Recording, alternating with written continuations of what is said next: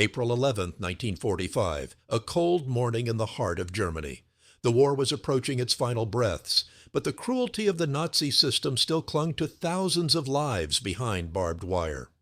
On a hill near Weimar, surrounded by forests that once inspired poets, lay a place synonymous with darkness, the Buchenwald concentration camp. On that day, American soldiers did not know what they were about to discover. They expected enemy resistance, maybe scattered SS troops hiding in the woods. Instead, they walked into a world that defied imagination. Among more than 20,000 starving survivors was a 12-year-old boy, Jakob Stein, a child whose entire life had been carved by fear, silence, and the desperate instinct to survive. This is his story.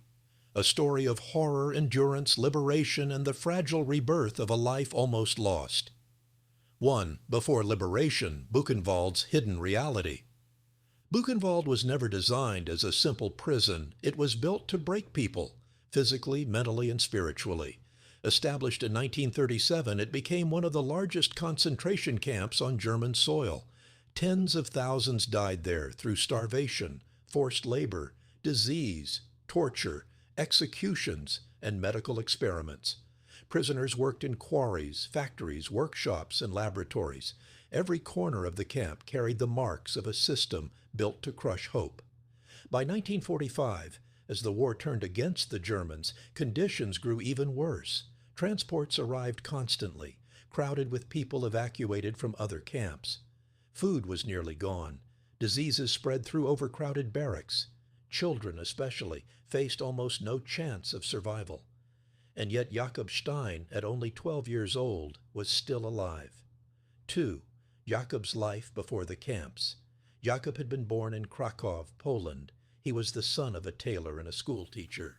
Before the war, he spent afternoons studying, running through markets, and helping his father stitch cloth in the shop. His home smelled of warm bread, candles, and fresh fabric. It was a simple, ordinary childhood. But everything changed when the Germans invaded Poland in 1939. His family was forced into a ghetto. Hunger, fear, and roundups became part of daily life. One day, when Jakob was 10, soldiers separated the crowd into two lines, adults to one side, children and elderly to the other. His parents were sent toward a train heading to Auschwitz. Jakob was pushed in the opposite direction. He never saw his mother or father again. 3. A child alone in Buchenwald. Jakob arrived in Buchenwald after being moved through several camps. Children were rare in Buchenwald and were usually hidden by older prisoners who tried to protect them. Jakob was small, quiet, and thin, almost invisible.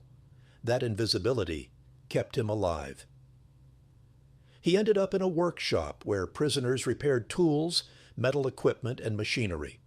The work was brutal, but it was work indoors. Less exposure to freezing temperatures and slightly better access to scraps of food.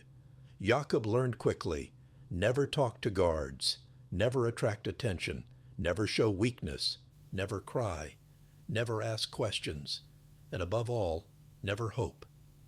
He slept on a wooden plank in a barrack built for 60 people, but holding more than 300. Rats walked freely. Lice ate through clothing.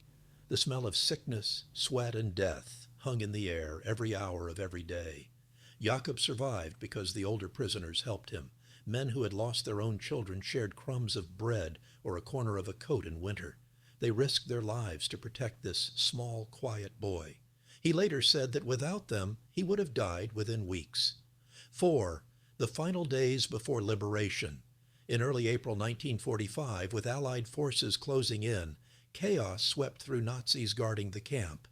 SS officers began destroying documents, burning evidence, and evacuating prisoners on deadly marches. But Buchenwald was too large, too overcrowded, too chaotic to empty completely. Tens of thousands were left to die inside. Jakob sensed something was happening. Guards yelled more often. Fewer of them appeared in the workshop.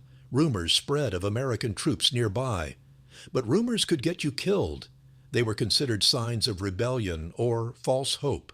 So Jakob stayed silent as always. On April 10th, prisoners secretly took control of parts of the camp. Resistance groups formed from political prisoners, former soldiers, and workers who had secretly organized for years. They hid weapons, cut telephone lines, and waited for the right moment.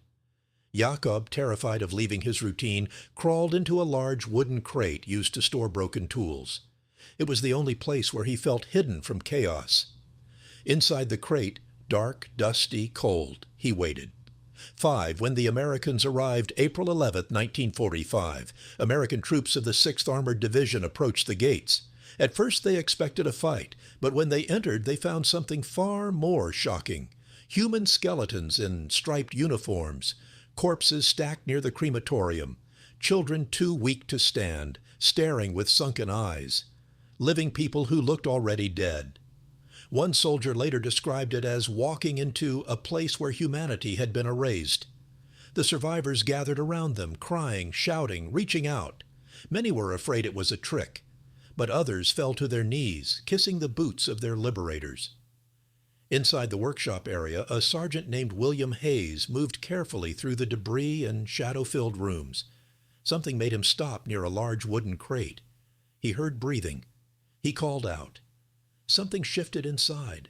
Slowly he opened the lid, and there he found Jakob, trembling, filthy, starving, with eyes so hollow that for a moment the soldier thought the boy might already be dead. When Jakob saw the uniform, he froze. In his experience, uniforms meant pain, shouting, beatings, death. He whispered, "Please, I didn't do anything. Please don't hurt me." But instead of yelling, the American soldier gently reached out his hand. He lifted the boy, wrapped him in a warm army blanket, and held him for a moment, something Jakob had not felt since his mother hugged him years earlier. That was the moment when Jakob finally realized he was safe. The war, for him, was over. 6. After liberation, the long road back. The survivors were taken to emergency medical stations set up by the U.S. Army. Doctors recorded Jakob's weight, barely 55 pounds, extremely malnourished. His body was small, fragile, his growth stunted by starvation. He had infections, untreated wounds, and severe vitamin deficiencies, but his spirit was alive. For weeks, he stayed in a rehabilitation center with other children. Nurses washed him, fed him carefully, so he wouldn't die from sudden overeating, and gave him warm clothes. Jakob spent days sitting in the sun, learning how to relax without fear. He barely spoke at first. His voice had grown unused to conversation, but slowly he began answering questions. He learned English phrases from the American soldiers. He began drawing again, simple shapes, then houses, then faces. Inside him, the child he once was began to return. 7. Life after the war. Jakob was taken to a children's home in Switzerland where survivors rebuilt their lives. He went to school, made friends, and slowly learned to trust adults again. But he carried invisible scars, nightmares, fear of loud footsteps, panic at closed doors, loneliness, grief he did not know how to express. Yet he grew stronger every year. He mastered languages, studied history, and eventually moved to the United States, the country he believed saved his life. As an adult, he dedicated his life to speaking in schools, libraries, and museums. He believed that telling the story was his responsibility. He spoke of the men who protected him in Buchenwald, of the soldier who found him in the crate, of the blanket that made him feel human again. Of the thousands of children who never had the chance to be saved, his message was simple. Remember them. Don't allow the world to forget. 8. Legacy of Buchenwald and Jakob's story. The liberation of Buchenwald became one of the most documented moments of the Holocaust. American soldiers filmed and photographed everything to make sure the truth could never be denied. Jakob's story, whether preserved exactly or through the memories of dozens of child survivors, represents thousands of similar experiences. Children hiding in boxes, pipes, attics, cellars. Children pretending to be older to survive. Children starving yet refusing to give up. Children saved by soldiers who treated them with compassion. His life stands as a symbol not only of survival, but of how small acts of kindness, like a blanket, a gentle voice, or a rescued moment can change the course of a life. On April 11, 1945, the gates of Buchenwald opened. Thousands stepped into the light, trembling, weak, but alive.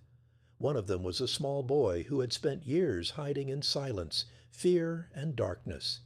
But from that day forward, he carried a new identity, not just a survivor, but a witness. His voice became a bridge between the past and the future. He survived so the world could remember. And we tell his story today for one reason, so that what happened in Buchenwald can never happen again.